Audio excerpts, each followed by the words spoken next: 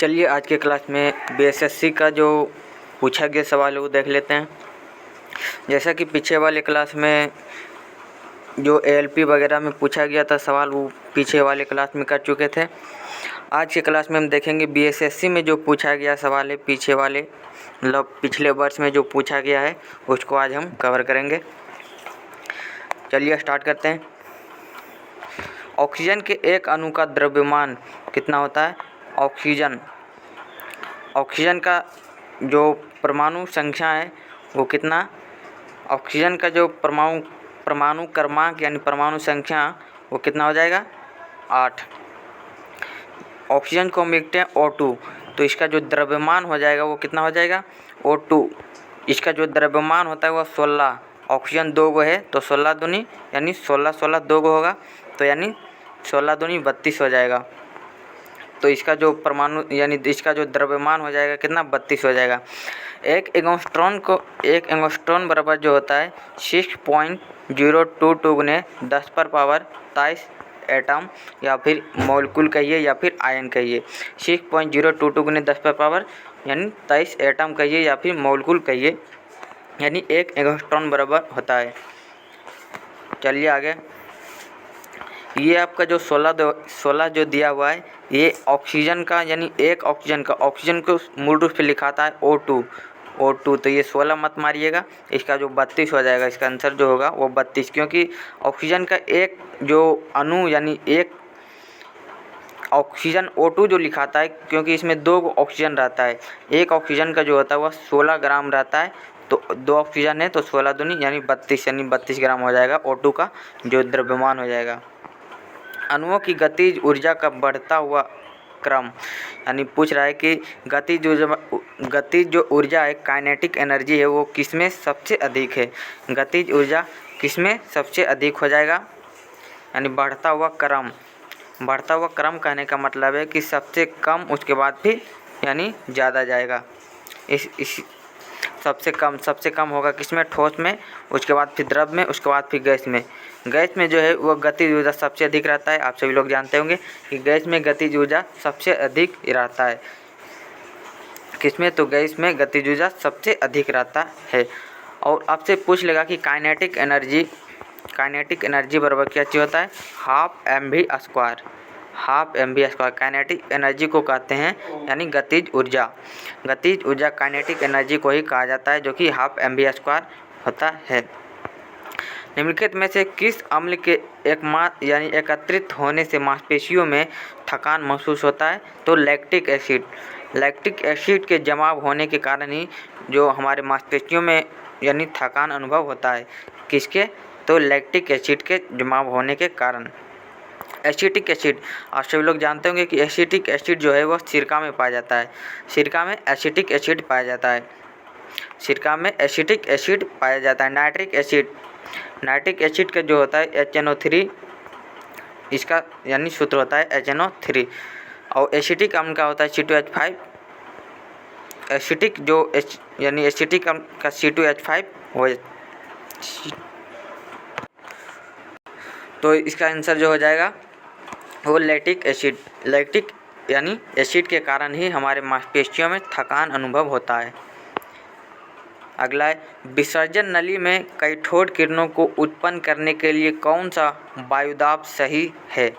विसर्जन जो नली है उसमें कैथोड किरणों को उत्पन्न करने के लिए कौन सा वायुदाब सही है? तो इसका जो हो जाएगा वो 0.001 mm Hg जो है वो पारा जिसे कहते हैं, इतना Hg चाहिए तो ही कैथोड किरणों में जो है वो वायुदाब सही रूप से विसर्जन नलियों में जो कैथोड किरणों को उत्पन्न करने के लिए सही वायुदाब होता है। कितना? तो 1/10 पर यानी 1/1000 कहिए या फिर 0.001 mm Hg कहिए। तो इसका सही आंसर हो जाएगा सही डी हो जाएगा। चलिए अगला है, निम्न में से कौन सा कथन गलत है? कह रहा है कि इनमें से कौन सा जो कथन है वो गलत है। तो ये अधातुओं धनायन बनाती है। क्या अधातु जो है वो धनायन बनाती है? ये अधातु धन आयन नहीं बनाती है, अधातु ऋण आयन बनाती है, अधातु विद्युत का कुचालक होती है, अधातु जो है वो विद्युत का कुचालक होती है, अधातु अम्लीय ऑक्साइड बनाती है, ये भी सही है। जबकि धातु को बात कर लें, हम धातु की बात कर लें, धातु जो है वो क्षारीय बनाता है, क्षारीय, और ये जो है धातु है वो सुचालक होता है, सुचालक। धातु सबसे अधिक यानी तन्य भी होता है, और विद्युत चालकता सबसे अधिक यानी किसका होता है, तो धातु में जो विद्युत चालकता होता है, जबकि ये कुचालक होता है कौन, अधातु। तो इसका आंसर जो हो जाएगा कौन गलत है, तो अधातु जो है धन आयन नहीं होता है, अधातु धन आयन नहीं होता है। आपसे पूछ लेगा कि आधुनिक आवर्त सारणी में अधातुओं की कुल संख्या कितना है, अधातु जो है अधातु तत्व कितना है, तो 22 गो हो जाएगा। अधातु जो है वो कितना है, 22 गो, 22 गो अधातु है, जिसमें कि 11 गो गैस है और 10 गो ठोस है, 11 गो गैस और 10 गो ठोस, एक ठो द्रव्य पाया गया, एक ठो द्रव्य की अवस्था में रहता है। जो आप सभी लोग जानते होंगे कौन सा अधातु द्रव्य की अवस्था में रहता है, तो ब्रोमीन। कौन सा अधातु द्रव्य की अवस्था में रहता है, आप सभी लोग बताइएगा कौन सा अधातु द्रव्य की अवस्था में रहता है, जो कि आप सभी लोग जानते होंगे, आप सभी लोग कमेंट कीजिए। चलिए उसका जो बता चुके हैं कि उसका आप सभी लोग आंसर दीजिएगा। आगे बढ़ते हैं तातल, जब तक आगे बढ़ते हैं। एक्टिनाइड श्रेणी में 14 तत्व हैं, निम्न में से कौन सा तत्व इस श्रेणी का सदस्य नहीं है। कह रहा है कि एक्टिनाइड श्रेणी में जो है 14 तत्व है, इनमें से कौन सा जो है वो इस सदस्य में नहीं है। आप सभी लोग जानते होंगे कि एक्टिनाइड जो है, एक्टिनाइड कहाँ से कहाँ तक रहता है, यानी 89 से 103 तक, 89 से 103 तक एक्टिनाइड तत्वों की संख्या कितना, 14, जो कि 89 से 103 तक पाया गया है। कह रहा है कि इनमें से कौन सा एक्टिनाइड तत्व नहीं है, यानी एक्टिनाइड श्रेणी का नहीं है, तो ये हो जाएगा जो कि थोलियम कहते हैं इसे, TM थोलियम एक्टिनाइड तत्व का नहीं है। ये जो है लेंथेनाइट तत्व का है, कौन, तो थोलियम। TM को हम कहते हैं क्या चीज़, तो थोलियम जो है वो किसका है, तो एक्टिनाइड तत्व का नहीं है, बल्कि किसका हो जाएगा,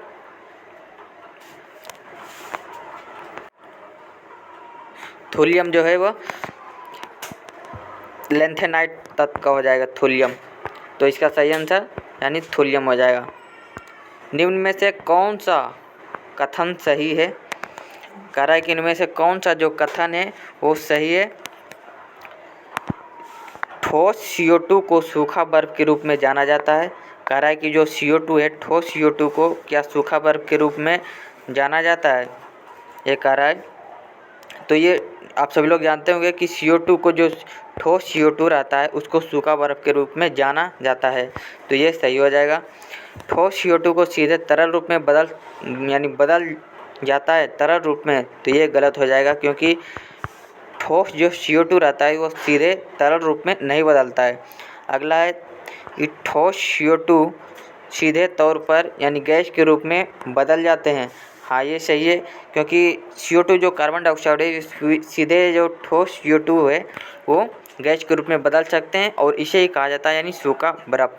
तो इसका सही आंसर यानी 1 और 3 सही होगा, जिसमें कि 2 गलत हो जाएगा। तो 1 और 3 सही, जिसमें 2 गलत हो जाएगा। चलिए, CO2 जो है, CO2 की प्रकृति कैसी होती है, CO2 की प्राकृतिक जो होती है वो अम्लीय होती है। CO2 की प्राकृतिक जो होती है वो कैसे होती है, अम्लीय होती है।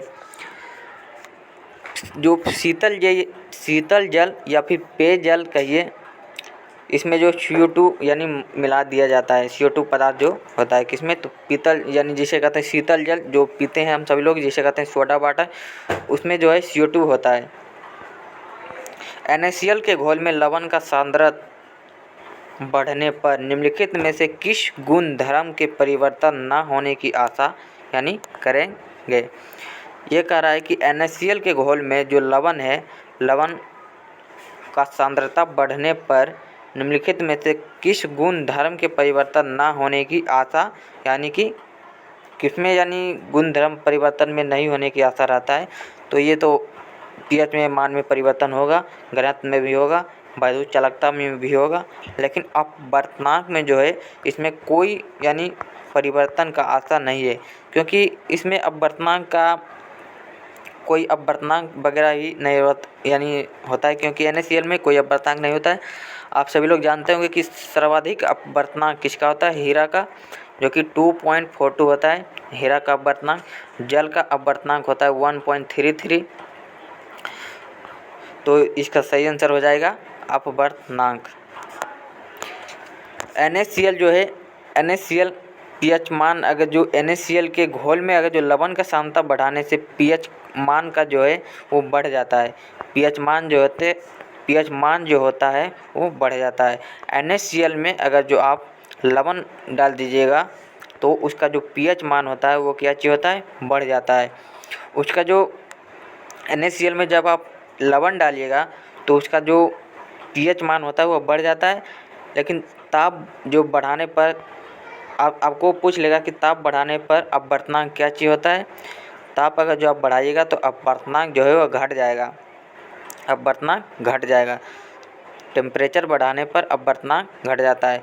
आपसे पूछ लेगा कि सर्वाधिक जो अपवर्तनांक होता है वह किसका होता है, तो हीरा का 2.42।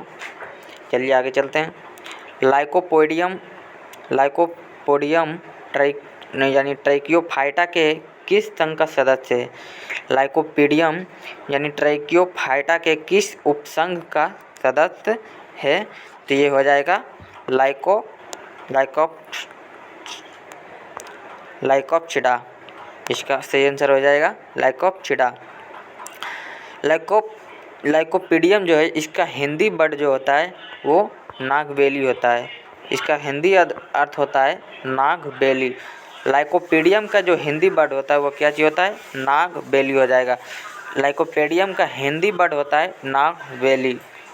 लाइकोपोडियम जो पौधा है वो कैसा होता है, उसका जो हिंदी वर्ड होता है वह नागबेली होता है। लाइकोपोडियम पौधा का जो हिंदी वर्ड होता है वह नागबेली, जो कि यह आकर्षक पौधा होता है। लाइकोपोडियम जो पौधा होता है वो आकर्षक पौधा होता है। लाइकोपोडियम पौधा जब कहीं फैल जाता है ना तो उसको कहा जाता है बलिलता। लाइकोपोडियम जब पौधा कहीं फैल जाता है तो उसको कहा जाता है बलिलता। दम्मा मानव शरीर के किस यानी तंत्र का विकार है। कह रहा है कि दम्मा मानव शरीर के किस तंत्र का विकार है। आप सब लोग जानते होंगे कि श्वसन तंत्र में दम्मा प्रभावित होता है, जो कि श्वसन तंत्र से प्रभावित है क्या चीज़, तो दम्मा। और दम्मा ये श्वसन तंत्र से हो जाएगा, जो कि श्वसन आप सभी को बताए होंगे पीछे वाले क्लास में कि जो हमारे फेफड़ा है, फेफड़ा के आगे जब जाता है एल्वेली में ही जब बलगम वगैरह जम जाता है तो यानी दम्मा हो जाता है। जब एल्वेली में छेद हो जाता है तो टीबी रोग हो जाता है। एल्वेली में ही जब छेद हो जाता है तो क्या चीज़ होता है, टीबी रोग हो जाता है। चलिए आगे। निम्न में से कौन सा वर्ग आहार श्रृंखला का घटक यानी संघटक नहीं होता है। कह रहा है कि निम्नलिखित में से कौन सा वर्ग आहार श्रृंखला का संघटक नहीं होता है। तो ये आहार श्रृंखला का संघटक कौन सा नहीं हो जाएगा, तो ये घास, शेर, पहले घास आ जाएगा, उसके बाद फिर शेर, खरगोश, भेड़िया, ये नहीं होगा क्योंकि श्रृंखला के रूप में चाहिए। प्लवक, मानव खाता है प्लवक को, मछली, टिड्डा, ये हो जाएगा। आहार श्रृंखला का संघटक नहीं होता है। कौन जो आहार श्रृंखला का यानी संघटक नहीं है, तो ये नहीं होगा, जबकि ए नंबर आपका होगा, क्योंकि घास को शेर खाता है और खरगोश को भी, यानी सीधे इस तरह से याद रखिए कि आप इस तरह से याद रखिए कि आहार श्रृंखला जो है ना वो जीवों पर जो निर्भर करता है उसी को कहा जाता है आहार श्रृंखला। तो ये हो जाएगा प्लवक, मछली और टिड्डा, ये नहीं होता है, ये नहीं होगा। ये भेड़, घास और सांप ये हो जाएगा। मेढक, सांप, चिल्ली, घास ये भी हो जाएगा। और सॉरी ये वाला नहीं होगा। जो भेड़िया है, भेड़िया, घास, सांप, बाघ ये वाला नहीं होगा। तो ये कौन कौन नहीं हो जाएगा? 2 और 3 इसका आंसर यानी होगा। तो 2, 3 नहीं होगा, जबकि ये शेर, बाघ, खरगोश, भेड़िया ये आहार जो श्रृंखला के अंतर्गत ये आएगा। चलिए अगला क्वेश्चन में चलते हैं। एंटीबायोटिक्स के बारे में इनमें से कौन कथन सही नहीं है? एंटीबायोटिक्स के बारे में कौन सा कह रहा है कि कथन सही नहीं है? तो ये एंटीबायोटिक्स विषाणुओं के विरुद्ध प्रभावी नहीं होता है, ये सही है। एंटीबायोटिक्स जुकाम एवं फ्लू में प्रभावी नहीं होता है, यह भी सही है। एंटीबायोटिक जो के दुष्प्रभावों में चेचक, फाइलेरिया, डिप्थीरिया शामिल हो सकते हैं, नहीं ये गलत है, ये गलत है, इसमें जो है शामिल नहीं हो सकता है। एंटीबायोटिक जीवाणु रोगों के विरुद्ध प्रभावी है, ये भी सही है, तो इसका आंसर हो जाएगा सी हो जाएगा। यदि एक आनुवांशिक रोग लक्षण प्ररूपी सामान्य किंतु वाहक मादा से कुछ नर संतति से स्थानांतरित जो होता है, उस रोग को क्या चीज़ कहा जाता है? जो रोग जो है वो मादा से जब नर में संतति में, मादा से जो नर में रोग होता है, उस रोग को क्या चीज़ कहा जाता है? उस रोग को कहा जाता है लिंग संलग्न अप्रभावी। लिंग संलग्न अप्रभावी इस रोग को कहा जाता है। निम्न अगला कह रहा है